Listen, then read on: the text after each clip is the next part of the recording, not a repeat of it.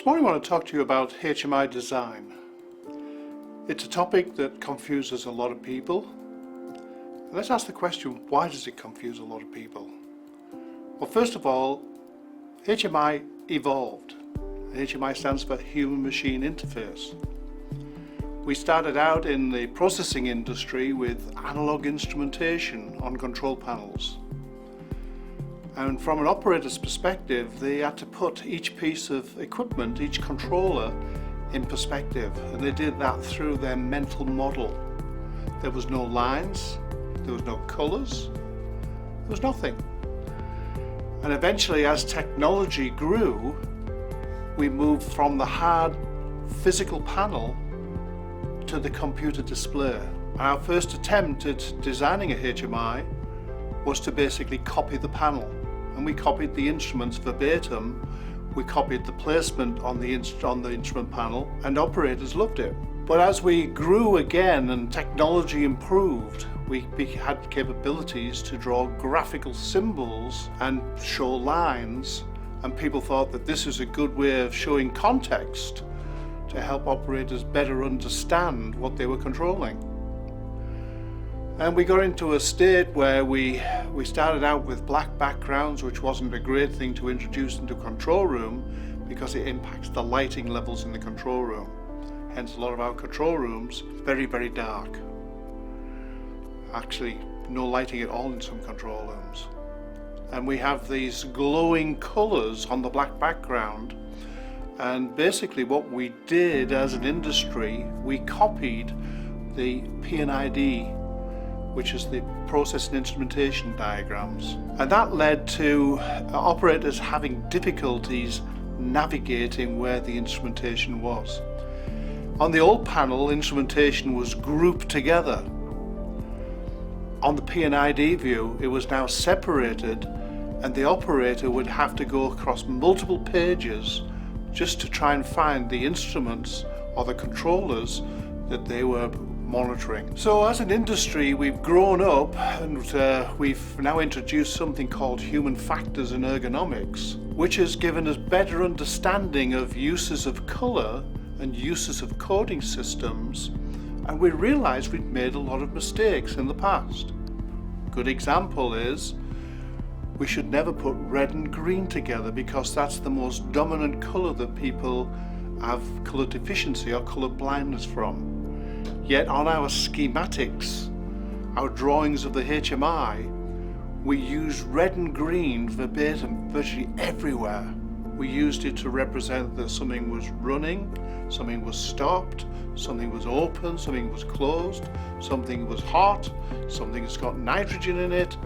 And often you see on a schematic, red was used 13 different coding systems. So the coding system really didn't exist.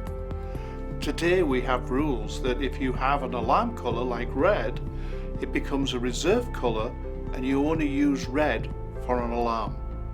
Same thing for yellow, which is another very bright colour, we reserve it for an alarm. It doesn't mean to say that a graphic has to be void of colour. We can use, for example, a half-tone green to still represent that something's running or something's open. So we can still use that as part of the coding system. But what is our real goal around HMI? Our real goal is to make sure the operator can see what's happening and what is the most important things that needs their attention. Hence today we have 4 different levels of graphics. Our level 1 graphic is an overview graphic. And on that graphic we do task analysis to understand what are the things that the operator has to respond to almost immediately. In alarm management, we set these up as priorities. Priority 1 alarms require a 5-minute response. So all those 5-minute response alarms must be on the level 1 display. So we don't want to be adding lower level information because it takes away from the overview. In other words, the most important things the operator must have attention to. However, it's important that on the overview display, we basically are looking at everything under the operator's control. So he has the big picture which is one of the things that we lost when we moved away from the old instrument panel. So we're bringing back some things that work very well for the operator.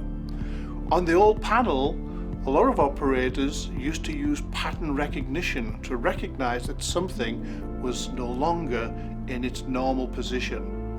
We're reintroducing those patterns in the overview displays as well. The level 2 display is a very quick page that allows us to do probably 80% of the control all on one page. So it's important that we break those level 2 displays down into sections of the process. So we take the overview display and it may be split into 5 different sections. From those 5 different sections, we may have 5 level 2 displays, sometimes we may have 10 level 2 displays, depending on how much information needs to go onto a graphic. But our goal is that as an operator sees something happening on the level 1 display, he can immediately respond to it on the level 2 display, and he has all the information on the level 2 display to be able to detect, diagnose and respond to a problem. The level 3 display is more like what we've got today. However, we've removed the black backgrounds, we've removed the bright colours, we've introduced good coding systems, we've introduced fonts that are readable, and we've introduced text size that again an operator can read from his sitting position. We also look at viewing angles to make sure that again the operator has good peripheral vision and how many screens can he see within that peripheral vision. So that's important for us as we think about the layout of the console. That is part of the HMI as well. We have one other level which we call level 4, which is normally used for more of diagnostics or more detailed information, and we find the alarm summary actually fits into that level 4 screen. So as we think about graphics today, we don't think about the P&ID, we think about this hierarchy, this exposure of information, so that the operator can easily detect the most important thing that needs his action, he can easily diagnose it, and he can respond to it. What we found is that detection, diagnosis and responding is improved by about 50% using these new techniques.